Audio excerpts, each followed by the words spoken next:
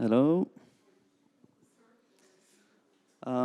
Welcome to Platform this sunny afternoon. Platform is Bergen Kunsthall's lecture series, and today's event is really an integrated part of the exhibition that we just opened yesterday, Ost Superman to Girls Tricky. I am here, where are you, on vocal performance. This is an exhibition that fills all of our galleries, including the number 5, where we normally show other exhibitions. So it really takes over the whole building and also extends into a series of performances and this opening weekend and through the period. I'm not going to say much more about the exhibition itself, but today's event, or what I should mention, is that it continues tonight as well with a program of performances with More Mother, Rashida Phillips, Lizzie Bugatsos together with Stephen O'Malley. So it's going to be a packed, really great program tonight. So come back for that. But we start now with a lecture, which will be partly about the show, I think, but it mainly sort of story of extended vocal technique and vocal performance by Mark Beasley. The show is curated by Mark Beasley, curator based in New York and Washington, currently working at the Hirshhorn Museum in Washington, D.C. And yeah, I'm just going to hand it over to you. Thanks for coming. Thanks, Dina. Thanks, Maria.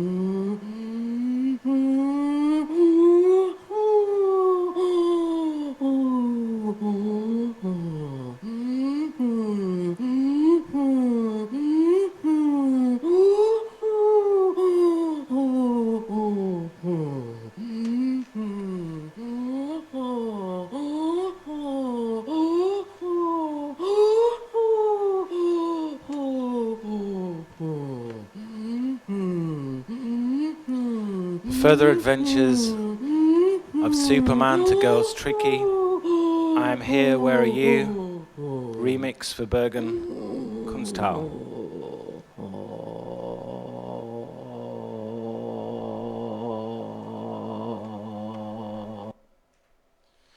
A female voice rises and falls, a siren song of deep sighs and guttural moans, punctuated by glottal clicks and exhaled split tones.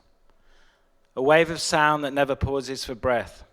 It's unnerving, like being underwater without knowing when you'll surface. Joan LaBarbera's 7-minute circular song, 1974, employs the breathing technique of trumpet players.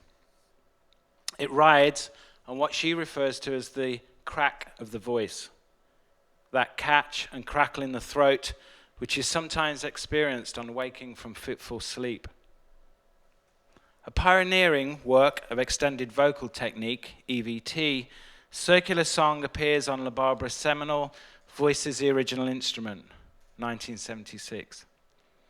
A record that also includes multiphonic singing the simultaneous sounding of two or more pitches, circular breathing, ululation, vocal fry, and the glottal clicks that have become her signature sounds. La Barbara's unique vocals connect many histories.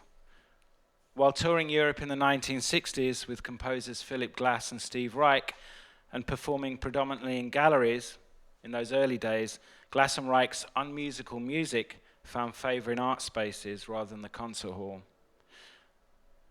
In those early years, La Barbara encountered the work of Vito Acconci, Bruce Nauman, and Dennis Oppenheim.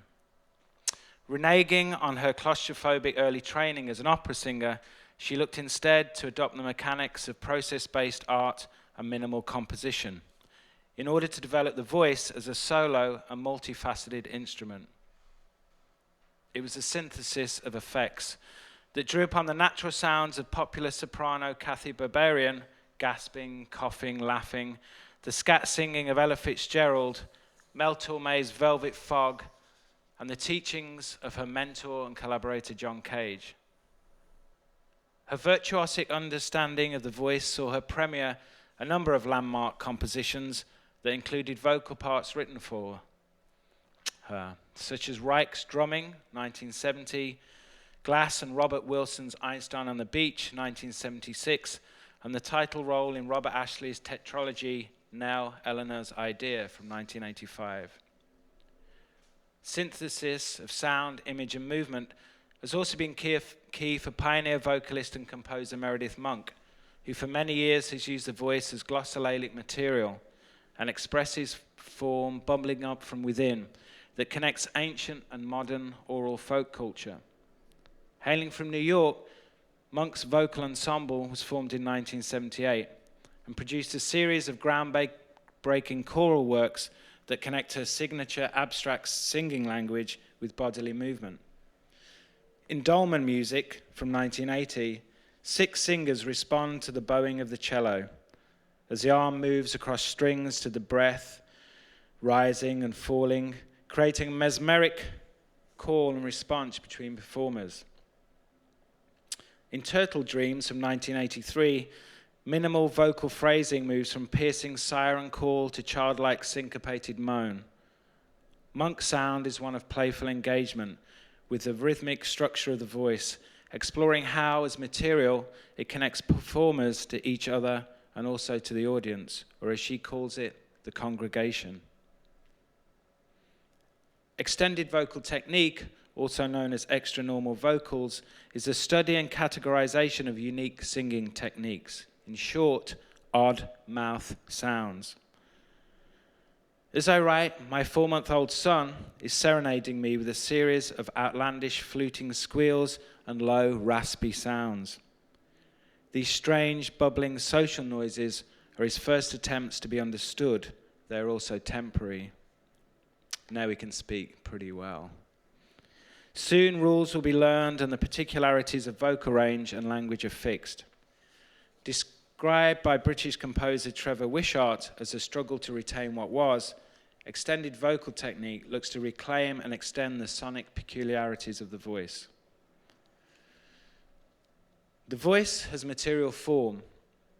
Air molecules that, when vibrated in the throat, act on the ear. If the voice can be thought of as the original instrument, then it follows that it is also the first material we play with. Can we think of the voice as a material like clay, paint, or steel? It can certainly be stretched and pulled, modulated over time as timbre shifts and accents are gained or lost. We believe in the voice as inalienable, unique like a fingerprint. Take, for example, a telephone conversation, the question, who's speaking, and the reply, it's me. They insist upon the sovereignty of the individual's voice. Yet, as we move from analog to digital communication technologies, the voice is fractured and made alien to its source. Internet telephony, digital utilities like Skype and Google and WhatsApp have a higher fidelity than older analog systems, yet they also produce a thinner and more flexible version of the voice.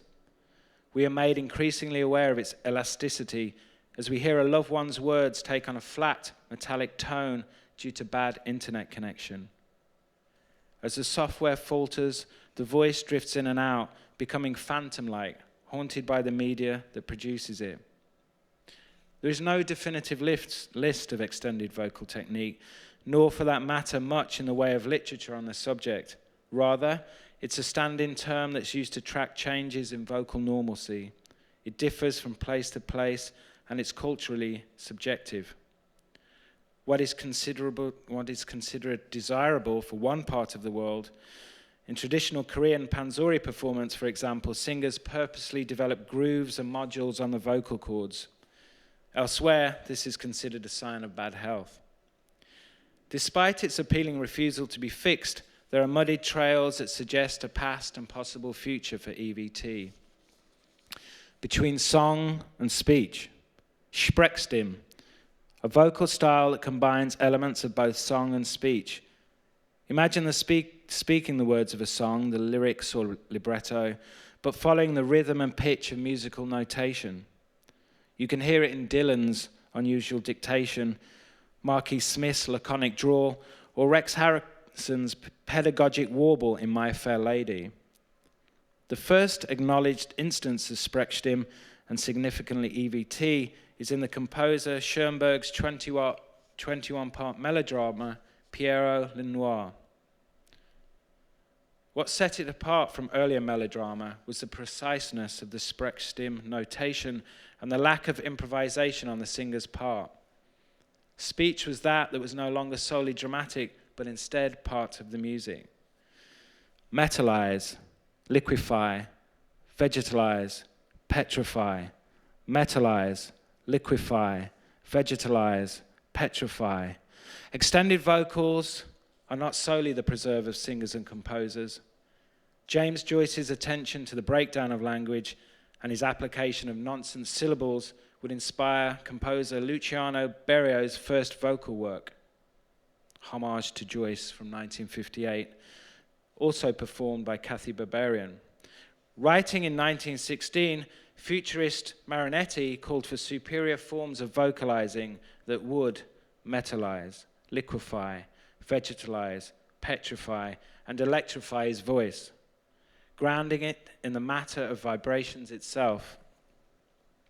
The Dadaist Hugo Ball constructed sound poems from syllables and individual letters, whilst Kurt Schwitters opened his Sonata from 1922 with the line Fum bo wo ta ziwa pugaf qui aya.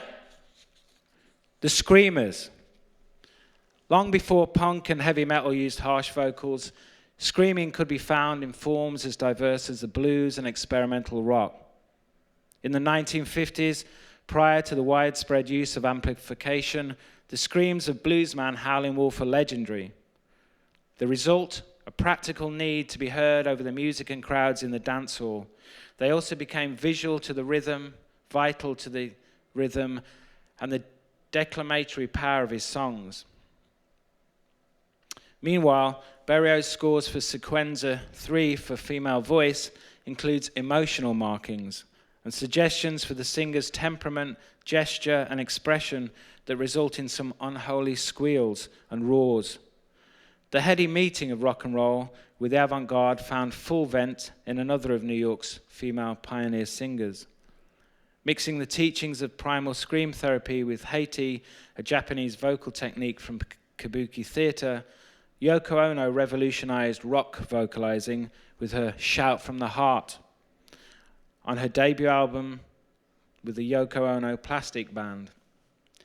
At the end of the track, Why, you can hear John Lennon gleefully shout to the engineer, who was obviously reeling from the experience, "Did you get that? Did you get that?" The prosthetic and assisted voice. In a career spanning half a century, the ear of US composer Robert Ashley has been tuned to the rise and fall of speech and the subtleties of vocal effect that amplification allows. Ashley's The Wolfman was first presented at Charlotte Moorman's New York Avant-Garde Festival at Judson Hall in 1964. Described as an amplified improvisation of vocal sound, it consists of 4 components: minute variations of the mouth, tongue, lips, and breath. to be played alongside the accompanying Wolfman tape, a droning layer of found sounds from the radio and past Ashley recordings. Dressed in the suit, popular with the lounge singer of the time, the performer, caught in the glare of the spotlight, leans into the microphone and softly exhales. The result, when amplified at a high volume, is a wall of extreme and often room-clearing sound. Due to the intense volume of the piece, the vocal part has often been wrongly thought of as a scream. Rather, it is the voice constrained, on the edge of audibility, and with the aid of technology, becoming a monstrous instrument. Vocoded. Half a century after Marinetti's call to metallize the voice, his wishes were answered by the vocoder, short for voice encoder. The vocoder is an analysis synthesis system used to reproduce human speech in bright electronic tones. In 1969, children's music producer Bruce Hack released The Electric Lucifer. The album mixed the heavy sounds of psychedelic rock with Hack's homegrown electronics, including Farad, a prototype vocoder named after physicist Michael Faraday. 2 years later, Stanley Kubrick's A Clockwork Orange, 1971, would make use of the vocoder in the sung chorus and music of Wendy Carlos's abridged version of the fourth movement of Ludwig van's Ninth Symphony for the film soundtrack. The Cookie Monster, Death Growl. From an early age, Nicholas Bullen, founder member of the British grindcore band Napalm Death, was drawn to the ring-modulated and processed voices of fantastic fiction, from Doctor Who to the British sci-fi series The Tomorrow's People, alongside novelty children's records such as Big Bopper's Purple People Eater Meets the Witch Doctor. For Bullen, a committed C60 demo tape trader, the radical sounds of hardcore punk arrived courtesy of the Royal Mail, from bands such as Discharge and Asylum in Britain, America's United Mutation and Negative FX, Scandinavia's Ratus, and Japan's Jism. He would experiment with a record deck, slowing down his Bauhaus LPs to 16 RPM rather than 45 RPM, which led to a fascination with vocal repitching. The vocal style heard on Napalm Death's first record, Scum, is expressed in short guttural bursts, a roar of aggressive sound and gnomic political sloganeering that connects the social and political philosophy of anarchism with DI punk ideology. It introduced a vocal technique variously referred to as the death growl, unclean vocals, and Cookie Monster vocals, after Sesame Street's sugar-addicted growling blue puppet. Melisma and auto-tune. In 1992, Whitney Houston's cover of the Dolly Parton song I Will Always Love You from 1973 spent 14 weeks at the top of the US Billboard charts. Significantly, it foregrounds another key form of EVT, melisma, or the singing of a single syllable while moving between several different notes. With roots in Gregorian chant and Indian ragas, it filtered into modern Western music through gospel and soul. Traditional melisma has been surpassed by technology with the advent of the pitch-correcting software Auto-Tune, which synthesizes the vocal fluidity of the soul voice, bending sharp or flat notes to a predetermined scale. Its founding pop moment was Cher's 1998 song, Believe. And by 2005, rapper T-Pain had lathered pitch bending like syrup across every syllable, using auto-tune as instrument.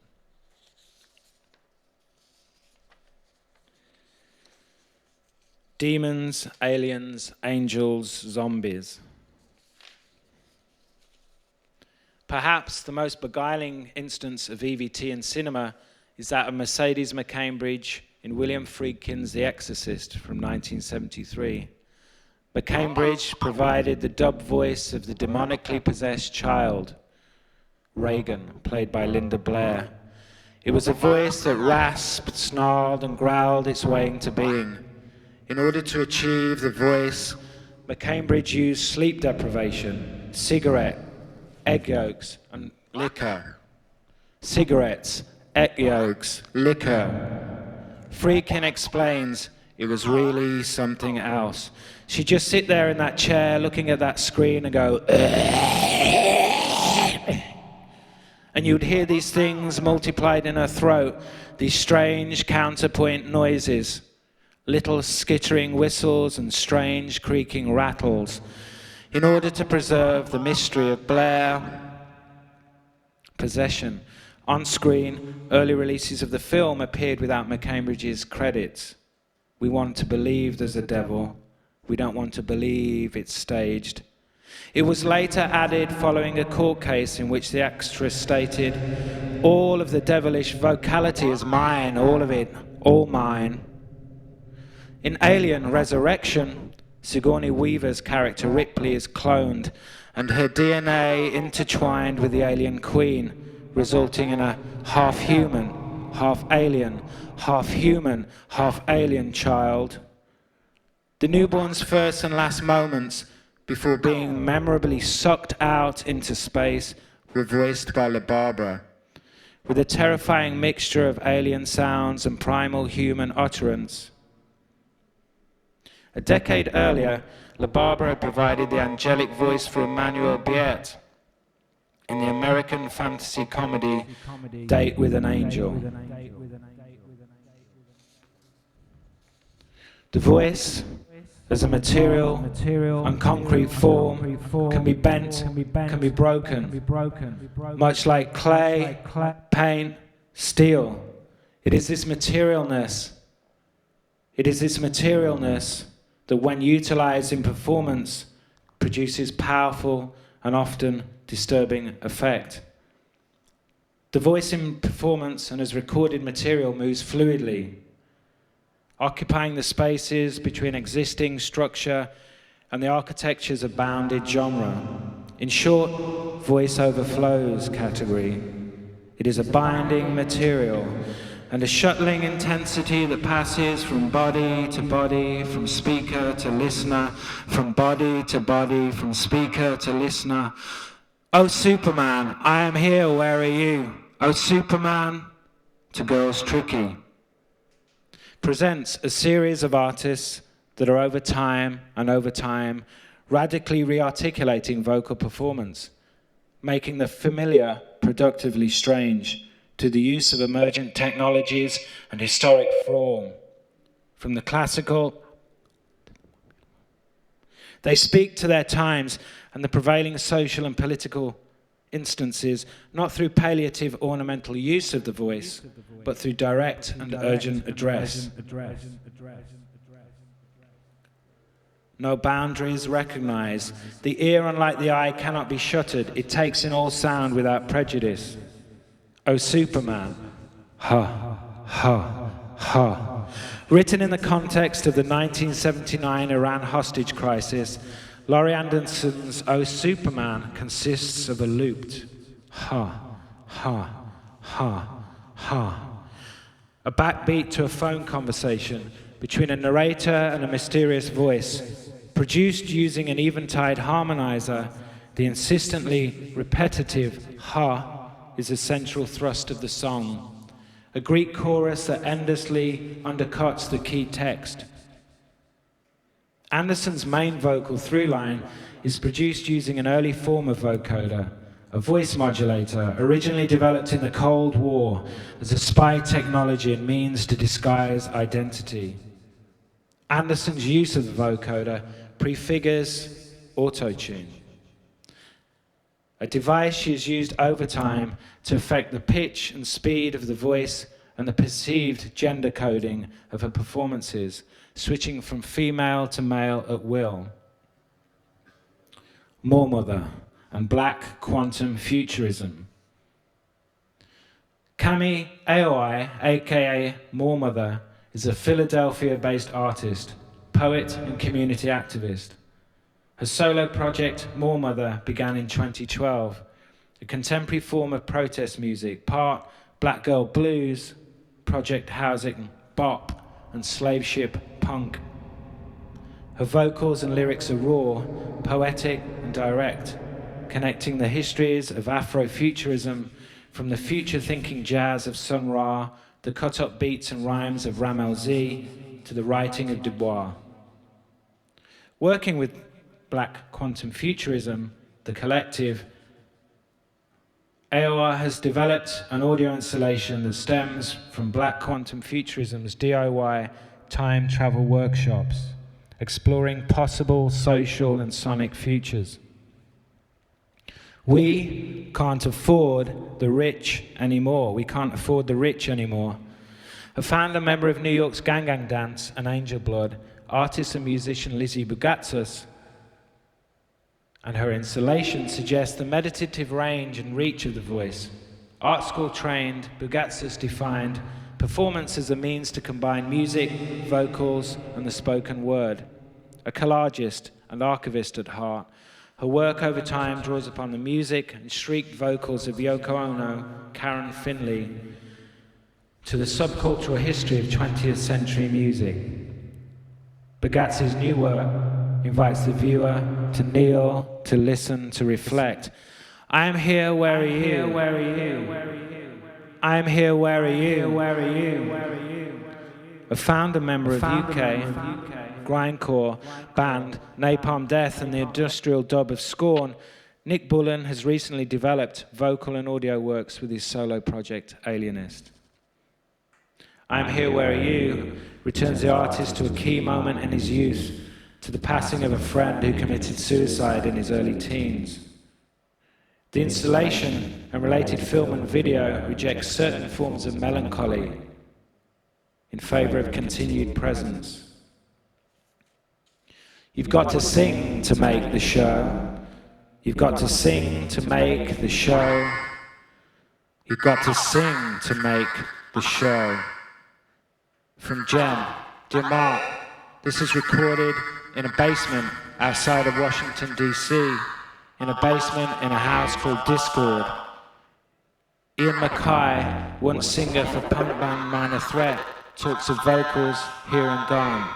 Dear Mark, this is recorded in a basement in D.C. Your friend Ian, vocals here and gone. When their former band, the Washington, D.C.-based The Teen Idols, broke, Ian Mackay and Jeff Nelson decided to form a new band with Mackay on vocals. The band Minor Threat formed in 1980 and disbanded in 1983. They performed regularly and released a number of formative EPs and compilations. In 1998, Mackay and Nelson formed Discord Records, a now legendary independent record label that focuses on a DC-based community of musicians and artists. Along with fellow Washington, D.C. hardcore-based Bad Brains and California band Black Flag, Minor Threat set the standard for many hardcore punk bands in the 1980s and 90s. Mackay went on to form Embrace, Fugazi, and the Evens. For a Superman, filmmaker and lifelong friend of Mackay, Jem Cohen, they met at high school in Washington, D.C., visited Discord House and the basement where Minor Threat, Fugazi, Nation of Ulysses, and Bad Brains rehearsed and recorded. And you'll see downstairs there's a film downstairs in the basement where all this alchemical use of the voice came together and many records appeared. The Poetics. Formed in 1977 while studying at CalArts, tutored by Laurie Anderson, Mike Kelley and Tony Ausler's project, or art band, The Poetics, explored the relationships between performance, music, and noise. Kelley describes how he encountered the work of Ausler in a crit class screening of Ausler's film Joe, Joe's transsexual brother, and Joe's woman, 1977. Struck by his haunting voice and the perverse narratives of his vignettes, Kelley invited him to join the group. Kelley recalls, I was so impressed with Ausler's morbid vocal quality and his narrative abilities that I immediately asked him to be the vocalist in the band. Morbid quality in the band. Talking Heads. Tony Ausler's Synesthesia project features interviews with 12 legendary figures in the downtown music, performance, and art scenes. These works were originally screened as one element of Ausler and Mike Kelley's multimedia installation, The Poetics Project. These conversations reveal fascinating insights and anecdotes from some of the most influential figures in the experimental rock and art underground of the 1970s and 80s, from pre-punk innovators to post-punk icons, from industrial and avant-garde music to noise bands and no wave. Oh Superman presents 4 videos from the series with key vocalists and performers: Genesis Peorage, Laurie Anderson, Alan Vega, and Arto Lindsay.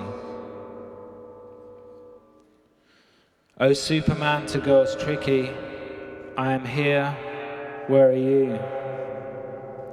Steve McQueen's Girls Tricky is an intimate portrait of vocalist Tricky, the experimental musician and producer, as he rehearses and finds the vocal lines and lyrics for a song. A frenetic performance, Tricky appears to be speaking with other tongues, with other voices, in glossolalia, gloss, tongue, lalia, to speak, glossolalia. He battles over 15 minutes to find the lyrics and the form and the voice of the song. End note, Steve McQueen. Dear Mark, I wanted to get as close to the artist as possible. He has this certain thing, this certain animal spirit. Like Marlon Brando or James Dean, Tricky possesses a certain spontaneity, which also influenced my film. Tricky is someone who entrusts himself to his own voice and tries to find out where it may carry him. It's a rare moment that you see an artist close up, gearing himself up for a vocal performance. In effect, a moment not caught, a moment not for camera is caught.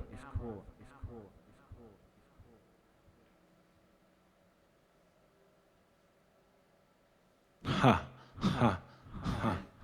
Thanks.